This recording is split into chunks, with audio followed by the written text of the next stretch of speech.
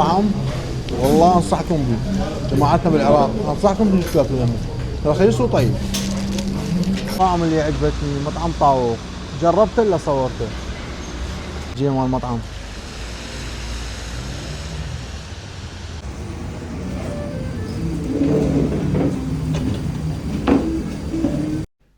طريقة عمل الطاووق حالة حال البرجر بالجريل، تنكبس هنا وتتقدم للزبون، فالطريقة شفتها مختلفة حيل. سندويتش الطاووق المشهورين بيها كل هذا ب4 دولار.